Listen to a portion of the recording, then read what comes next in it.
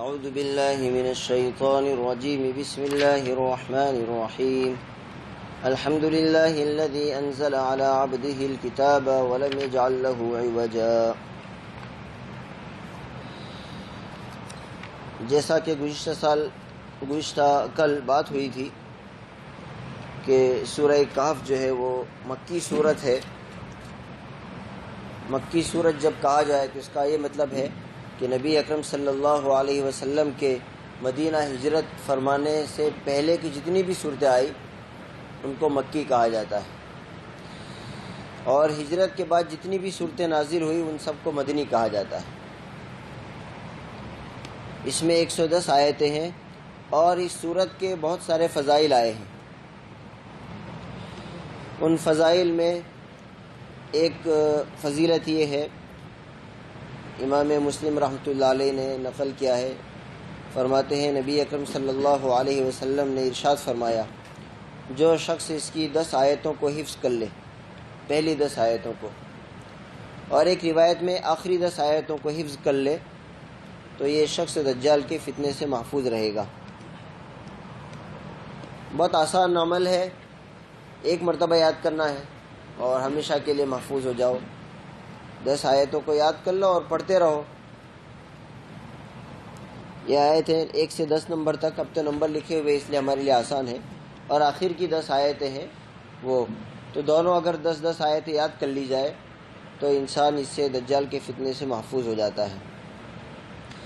اور ایک فضیلت یہ ہے کہ جو شخص اس کو جمعہ کے دن پڑھے گا تو اس کے پیر سے لے کر آسمان تک ایک نور ہوگا، اور یہ نور اس کو ایک تو ہفتے کے درمیان اس نے جو گناہ اس سے سرزد ہو جاتے ہیں یہ ان کے لیے کفارہ ہو جائے گا، گناہ معاف ہو جائیں گے، اور پورا ہفتہ وہ اس کو انرجی دے گا کہ وہ اللہ تعالیٰ کی عبادت میں اپنے آپ کو مشغول رکھے، طاقت دے گا۔ اور پھر یہ نور جو ہے قیامت کے دن اس کو میدان محشر میں جب پل صراط کو پار کرنے کی باری آئے گی تو یہاں اس کو ساتھ دے گا۔ اس لیے سورہ کہف کی تلاوت کا جمعہ کے دن معمول بنانا چاہیے، وہ چاہے جمعرات کے دن عشاء کے بعد سے لے کر جمعہ کے دن عشاء تک میں کسی بھی وقت پڑھ سکتے ہیں۔ 12 رکوع ہے، جو پڑھنے والا ہے اس کے لیے تو بہت زیادہ نہیں ہے، 10-12 منٹ میں، اگر کوئی حافظ ہے تب تو جمعہ سے پہلے کی 4 رکعت میں بھی پڑھ سکتا ہے، اس کو بہت آسانی سے ختم ہو جاتی ہے۔ اور جو حافظ نہیں ہے اس کو جمعہ سے پہلے 10-15 منٹ پہلے آ جائے تو ختم کر سکتا ہے۔ میں ویسے ہی حساب لگا رہا تھا کل کہ رمضان میں ایک آدمی جو مشغول ہے، عام آدمی جو ہے اس کو بیچارے کو کبھی لاری چلانا پڑتی ہے، کوئی گاڑی چلاتا ہے، کوئی دکان پر جاتا ہے، کوئی مزدوری کرتا ہے، اگر اس کے پاس اتنا وقت نہیں ہے کہ وہ پورا وقت قرآن لے کر بیٹھے اور یاد کر سکے، پڑھ سکے، تلاوت کر سکے، تو میں نے حساب لگایا 848 پیج ہے۔ ہمارے پاس جو قرآن ہے یہ 13 لکیروں والا، اس کے 848 پیج ہے۔ تو روزانہ کوئی آدمی اگر 5.5 پیج پڑھے ہر نماز کے وقت، صبح کی نماز میں 5.5 پیج پڑھ لے، دوپہر میں 5.5 پڑھ لے، اس طرح مغرب عشاء فجر میں، تو اس کا آرام سے مہینے میں قرآن ختم ہو جائے گا۔ کوئی مشکل نہیں ہے، جو آدمی ارادہ کر لے وہ حساب، ہم دنیا کے معاملات میں اپنے گھروں میں حساب کرتے ہی کرتے ہیں، تو اگر رمضان حالانکہ یہ ہر مہینے کر سکتے ہیں اور ہر مہینہ آسانی سے قرآن ختم ہو سکتا ہے، کوئی مشکل نہیں ہے۔ اگر اس طرح کرے آپ، فجر میں تھوڑی قربانی دے کر 10 منٹ پہلے آ جائے تو آرام سے 5 پیج پڑھنے میں دیر کتنی لگتی ہے، تو اس طرح سے کرے تو یہ پورا قرآن ختم ہو سکتا ہے۔ تو یہ سورہ کہف کی فضیلت ہے، تو اس کی تلاوت کا معمول بنانا چاہیے۔ اور جیسا کہ کل یہ کہا تھا کہ اس میں اللہ رب العزت نے نبی اکرم صلی اللہ علیہ وسلم کو یہود مدینہ نے جو سوال پوچھے تھے ان 3 سوالوں کے جواب دیے ہیں، یعنی غار والے کے جو 7 نوجوان تھے ان کا واقعہ بہت تفصیل کے ساتھ بیان کیا ہے، جو اہل کتاب کے پاس یہ واقعہ نہیں تھا۔ یعنی اس دور کی جو، حالانکہ یہ واقعہ تو اہل کتاب کے زمانے میں ہوا، بھائی بدر کی جنگ جو ہے وہ ہمارے زمانے میں ہوئی نا، تو ہمیں زیادہ یاد ہونا چاہیے کہ یہود کو، ہمیں، اس لیے کہ ہمارے زمانے میں ہوئی ہے۔ رویل پارک میں کتنے گھر ہے کیا ہے وہ ہم کو زیادہ معلوم ہے یا ایک باہر کے آنے والے کو؟ ہم جو یہاں رہتے ہیں بالکل اسی طرح جو واقعہ جس سے متعلق ہوتا ہے اس کو زیادہ یاد ہوتا ہے. تو یہ غار والوں کا واقعہ جو ہے یہ ان کے زمانے میں پیش آیا ہے حضرت عیسیٰ علیہ السلام اور نبی اکرم صلی اللہ علیہ وسلم کے درمیان. لیکن پھر بھی ان لوگوں کو یاد نہیں تھا, پوری معلومات نہیں تھی ان کے پاس, تو وہ چاہتے تھے کہ نبی اکرم صلی اللہ علیہ وسلم سے معلوم کرے.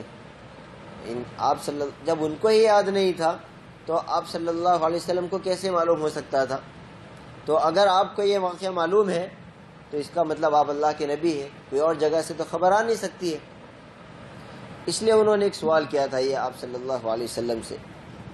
تو اس واقعے کو قرآن کریم نے بہت تفصیل کے ساتھ بیان کیا ہے اور ایسا حیران کن انداز سے بیان کیا ہے کہ وہ لوگ بھی خود انگشت بدندہ کہتے ہیں اردو میں, یعنی انگلیاں منہ میں ڈال لی.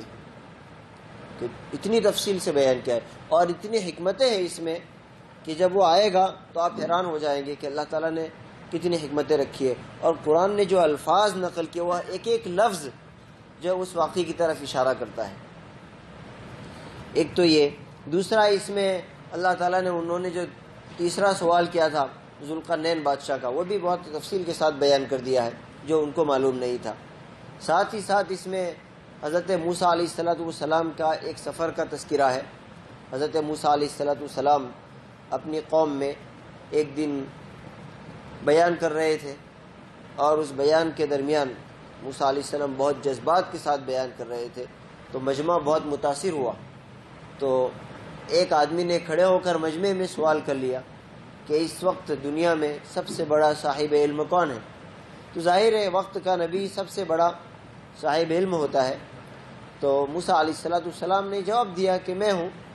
لیکن انبیاء کرام علیہ السلام سے اللہ تعالیٰ یہ چاہتے ہیں کہ ہر چیز کی نسبت پہلے اللہ تعالیٰ کی طرف کی جائے اور اس کے بعد جو ہے اپنی طرف نسبت ہو.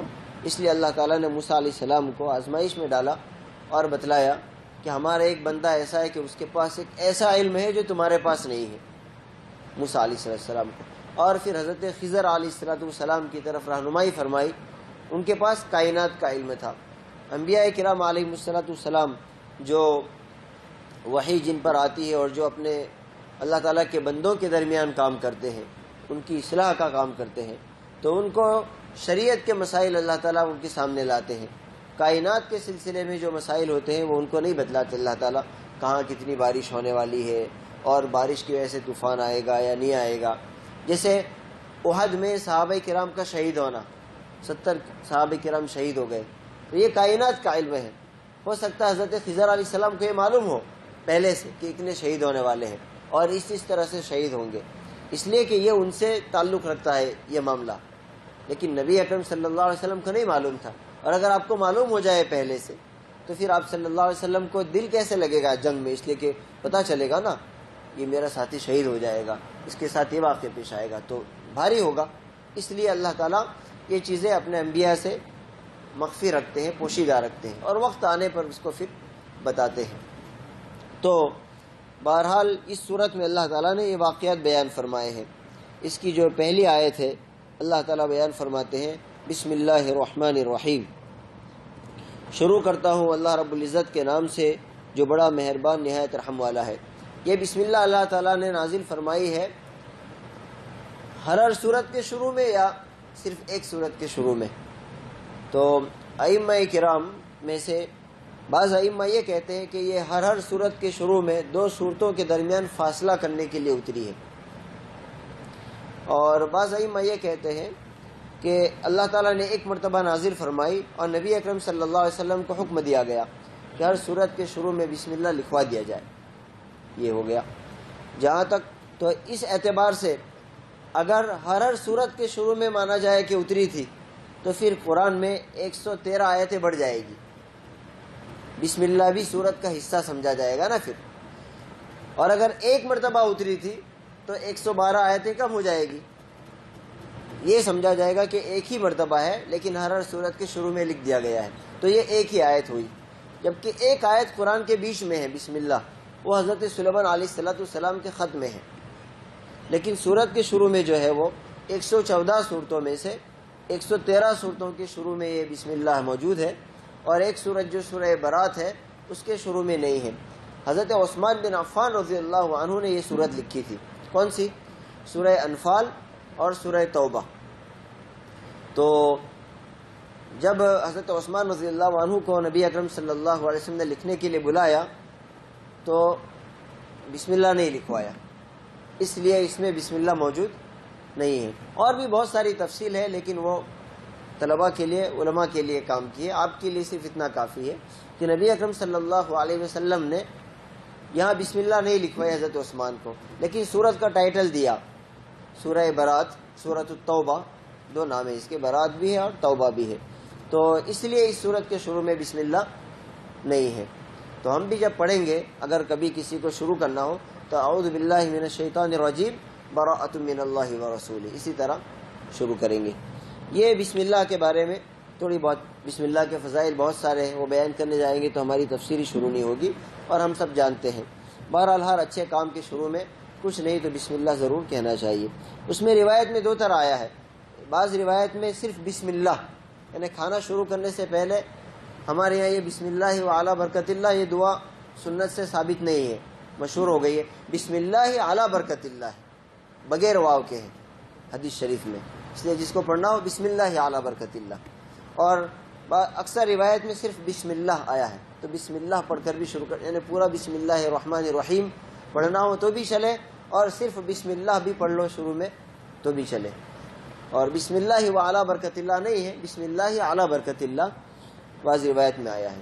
تو یہ ہمارے مکتب کی کتابوں میں بعض چیزیں پرانے زمانے میں پرنٹنگ نہیں ہوتی ہوگی، تو لکھنے والا عالم نہیں ہوتا تھا، اچھے رائٹنگ جو ہوتے ہیں نا، وہ کاتب لوگ ہوتے ہیں، رائٹر۔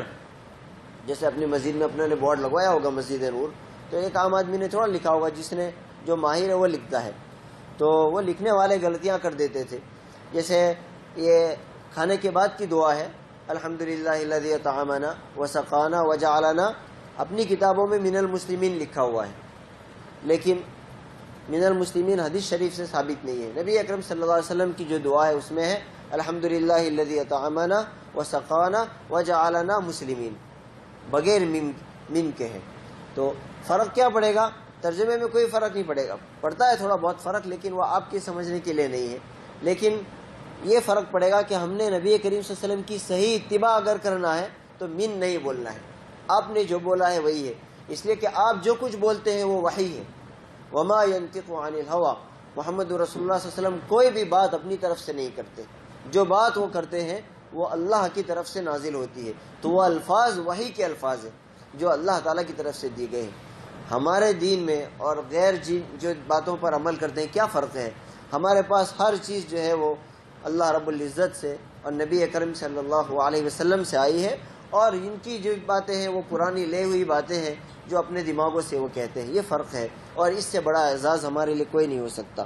تو یہ بسم اللہ کے بارے میں تھوڑی بہت بات ہو گئی۔ اب پہلی آیت جو ہے، اس آیت میں اللہ تعالیٰ فرماتے ہیں الحمدللہ الذی انزل علی عبدہ الکتاب ولم یجعل لہ عوجا، تمام تعریف ہے اس اللہ رب العزت کے لیے ہے جس نے اپنے بندے پر کتاب اتاری، یعنی محمد صلی اللہ علیہ وسلم پر۔ نبی اکرم صلی اللہ علیہ وسلم کو اللہ تعالیٰ نے نام سے صرف 4 جگہ پر، قرآن کریم میں 4 جگہ پر آپ کا نام بیان فرمایا، وہ بھی بہت مقام ادب پر آئے ہیں نام۔ اللہ تعالیٰ نے یا محمد کہہ کر، جس طرح یا موسیٰ یا یحییٰ، بہت ساری جگہ آیا ہے، اس طرح اللہ تعالیٰ نے محمد صلی اللہ علیہ وسلم کو یا محمد کہہ کر کہیں نہیں پکارا ہے۔ تو یہ رب تعالیٰ کا نبی اکرم صلی اللہ علیہ وسلم کے لیے عزت اور اکرام ہے۔ اس سے ہم اندازہ لگا سکتے ہیں کہ نبی اکرم صلی اللہ علیہ وسلم کا مقام اللہ رب العزت کے یہاں کتنا بلند ہے، تو جائے ہمارے دلوں میں کتنا ہونا چاہیے۔ اور اصلی عظمت اور اصلی محبت تو دلوں میں ہوتی ہے، اور وہ عمل سے ظاہر ہوتی ہے۔ کبھی کوئی گالی بول دیتا ہے تو ہم بہت جذبات میں آ جاتے ہیں، لیکن جب عمل کی باری آتی ہے تو ہم سے بڑا سست، آپ صلی اللہ علیہ وسلم کی سنتوں سے دور، اور آپ کی اگر ابھی یہ ہمارے جو نوجوان بیٹھے ہیں، آج کل موبائل کا دور ہے، پورا دن موبائل استعمال ہوتا ہے، اگر ان کو پوچھا جائے کہ انڈیا میں IPL میں اتنی ٹیمیں شامل ہیں، ان کے ہر ایک کے کھلاڑی کے نام بتاؤ، میں نہیں جانتا ہوں لیکن مجھے معلومات ہے، تو سب بتا دیں گے شاید، لیکن ان سے یہ پوچھا جائے کہ نبی اکرم صلی اللہ علیہ وسلم کے صحابہ کرام میں سے ایک ٹیم میں 11 آدمی ہوتے ہیں، 12-15 ہوتے ہیں، لیکن 11 شمار کرو تو 7-8 ٹیمیں ہوگی تو 80-90-100 آدمی ہو جائیں گے. یہ 100 کے نام بتائیں گے. ہم ان سے پوچھتے ہیں 100 صحابہ کے نام بتاؤ، تو کون بتائے گا ہم میں سے؟ تو محبت کا تعلق جو ہے صرف بولنے سے ہے، عمل سے. پھر ان کھلاڑی کے بارے میں ہر چیز کی معلومات ہے ان کو، یعنی یہ کہاں کا ہے، اس نے گزشتہ سال کتنے رن کیے تھے، ابھی اس سال جو ہے اس کی فارم میں ہے یا نہیں. نبی اکرم صلی اللہ علیہ وسلم کی صحابہ کے بارے میں پوچھے کہ بھئی کون سے صحابی آپ کے چچا زاد بھائی ہے، کون سے صحابی آپ کے چچا ہے، آپ کے چچا میں سے کتنے لوگ ایمان لائے ہیں. تو ہمیں اس کی معلومات نہیں ہے. تو آخر اتنی انفارمیشن آپ اس کی لے سکتے ہیں. تو یہاں تو آپ کی قبر کا مسئلہ ہے، جہاں آپ سے سوال ہوگا کل محمد رسول اللہ صلی اللہ علیہ وسلم سے آپ نے امید لگائی ہے کہ یہ شفاعت کریں گے تو ہم جنت میں داخل ہوں گے. تو اگر ہمیں دلچسپی، دیکھو ایک آدمی کو اگر بیچارہ اس کو کوئی پرواہ نہیں ہے، وہ اتنا مشغول ہے اپنی دنیا میں، اپنے بال بچوں کے رزق کے کمانے میں، کہ اس کے پاس ٹائم ہی نہیں ہے نہ دنیا کے بارے میں نہ دین کے بارے میں. تو شاید چلو ہم سمجھ لیتے ہیں کہ اس کے پاس اتنی نالج نہیں ہے، اتنا وقت نہیں ہے. صبح میں جاتا ہے اپنے گھر اپنے گھر کے لیے کام کرتا ہے، رات کو آ کر لیٹ جاتا ہے، تو اس کا کوئی مسئلہ نہیں ہے، وہ معذور ہے. لیکن جو لوگوں کے پاس ٹائم ہے زائد اور وہ ایسی معلومات رکھتے ہیں، تو پھر ان کو چاہیے کہ وہ یہ معلومات بھی جمع کریں، اور کوئی مشکل نہیں ہے آج کے دور میں. تو نبی اکرم صلی اللہ علیہ وسلم کے بارے میں اللہ تعالیٰ فرماتے ہیں تمام تعریف اس اللہ تعالیٰ کے لیے ہے جس نے اپنے بندے محمد صلی اللہ علیہ وسلم پر کتاب یعنی قرآن کریم اتاری. یہ کہہ کر سامنے جو قوم ہے جو سوال کرنے والی ہے، مکہ کے قریش ہے، پورے مکہ والے عرب ہے، اور مدینہ کے یہود ہے، اور اس کے علاوہ ہم لوگ اب جتنے موجود ہیں، ان سب کو اللہ تعالیٰ قرآن کریم کی عظمت بیان فرماتے ہیں. یہ بھی بتلاتے ہیں کہ یہ محمد صلی اللہ علیہ وسلم جو کچھ معلومات اب آپ کو پہنچائیں گے وہ اللہ تعالیٰ کی طرف سے ہیں، اور ان پر جو کچھ باتیں نازل ہوتی ہیں وہ اللہ کی طرف سے ہیں. اور پھر کتنے بلند الفاظ آگے ہیں، وَلَمْ يَجْعَلْ لَهُ عِوَجًا. ایسی کتاب اتاری ہے کہ اس میں کوئی ٹیڑھی بات نہیں. ٹیڑھی بات کا مطلب کوئی غلطی نہیں ہے، اس میں غلطی کا کوئی امکان نہیں ہے. ہم آج جو لکھتے ہیں اپنی کتابوں میں یا اخبار میں، آپ اگر ایک کتاب لے کر بیٹھ جاؤ تو دنیا کی کوئی کتاب آپ کو غلطی سے پاک نہیں ملے گی. اور اگر کوئی لکھنے والا چیلنج نہیں کر سکتا کہ میری اس کتاب میں کوئی گرامر کی غلطی نہیں ہے، کوئی وہ اسپیلنگ کی غلطی نہیں ہے، یا کوئی، کیونکہ انسان جب بولتا ہے، بولنے میں بعض مرتبہ سامنے والے کیسے ہوتے ہیں اسکول کے پڑھے ہوئے تو اچھی زبان، اعلیٰ زبان استعمال کرتا ہے، اور اگر عام سادہ لوگ ہیں تو درمیانی زبان استعمال کرتا ہے تاکہ سب سمجھ لے. تو رب تعالیٰ کی کتاب میں ایسی زبان استعمال ہوئی ہے کہ اچھے سے اچھا پڑھنے والا جو علم والا آدمی وہ حیران ہو جاتا ہے، اور سادے سے سادہ عربی زبان جاننے والا اس زبان کو سمجھ لیتا ہے اور اس کو دوری نہیں ہوتی. تو اللہ تعالیٰ نے یہ کہ اس میں کوئی بھی ٹیڑھا پن نہیں، یعنی کوئی غلطی نہیں ہے. اور پھر یہ الفاظ نہیں ہے، اللہ تعالیٰ نے قرآن میں چیلنج بھی کیا ہے، وَإِن كُنتُمْ فِي رَيْبٍ مِّمَّا نَزَّلْنَا عَلَىٰ عَبْدِنَا فَأْتُوا بِسُورَةٍ مِّن مِّثْلِهِ. اگر تمہیں شک ہے اس کتاب میں کہ یہ اللہ کی طرف سے نہیں ہے جو ہم نے اپنے بندے پر نازل کی ہے، تو اس جیسی ایک صورت کتنی 3 آیت ہے، اِنَّا أَعْطَيْنَاكَ الْكَوْثَرَ، ایسی ایک صورت بنا کر پیش کر دو. ہم نے تو اتنی بڑی کتاب اتاری ہے 114 صورتوں کی، ہم تم سے ایک صورت کا مطالبہ کرتے ہیں جو ایسی ہو. اور آج 1450 سال ہو گئے، کوئی قرآن کے مقابلے میں اس قرآن کی اس چیلنج کو قبول نہیں کر سکا. اسی لیے پہلی آیت ذَلِكَ الْكِتَابُ لَا رَيْبَ فِيهِ، یہ وہ کتاب ہے جس کے رب تعالیٰ کی طرف سے ہونے میں کوئی شک نہیں ہے. یہ کہہ کر اللہ تعالیٰ نے جگہ جگہ قرآن کی عظمت کو بیان فرمایا ہے. تو یہاں پر بھی اللہ تعالیٰ قرآن کریم کی عظمت کو بیان فرما رہے ہیں وَلَمْ يَجْعَلْ لَهُ عِوَجًا، کہ اس قرآن کریم میں کوئی بات ٹیڑھی نہیں ہے، کوئی بات جو ہے قابل جس کو آپ پکڑ کر یہ کہہ سکے کہ یہ جملہ جو ہے وہ اللہ تعالیٰ کی طرف سے نہیں لگتا. آپ پوری قرآن میں ایک جگہ بھی ایسا نہیں بتلا سکتے. یہاں تک کہ فَبِأَيِّ آلَاءِ رَبِّكُمَا تُكَذِّبَانِ 31 مرتبہ ہے.